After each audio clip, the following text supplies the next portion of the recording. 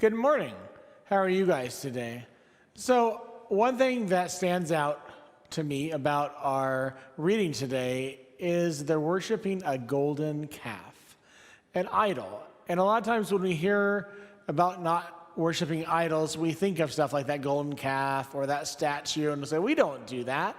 But you know what? We have our own idols. So I've got a basket here, and I've got some things that we might have deem as more important, like maybe video games. Do you guys get lost in video games?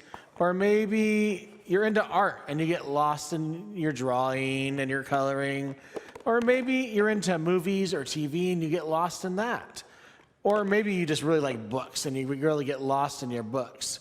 Or maybe money, or maybe other stuff. An idol can be anything that takes your attention away from God, that keeps you from spending time with God.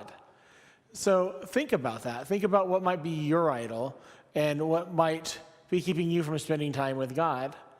And the second part I think about today is Moses was up there communicating with God. Can we communicate with God? We can. How do we communicate with God? Do we call him up on the telephone and say, hey, God, what's up? Do we send him an email?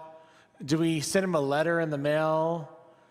How do we talk to God? Do we hit him up on social media and talk to him that way? Oh, I hear someone shouting it. We talk to God by praying to God. Do you guys pray? Do you have certain times during the day that you pray? Maybe meal times or bedtimes. Do you ever pray just out of the blue? Did you know that you can do that? That you can talk to God whenever you want? It doesn't have to be a set time. It doesn't have to be a certain way. You can talk to God and pray to him any old way, anytime. You know what? It's important to communicate. Did you guys know that? Moses communicated with God, and it changed God's mind about something. It's important for us to communicate with God, not just because we need something, but maybe to tell him that we love him, to tell him how we're feeling, to tell him that we're frustrated, to tell him what is going on in our life, to have an open communication with God. So can you guys think about that? Think about the things that keep you away from God, and think about the things that can keep you closer to God.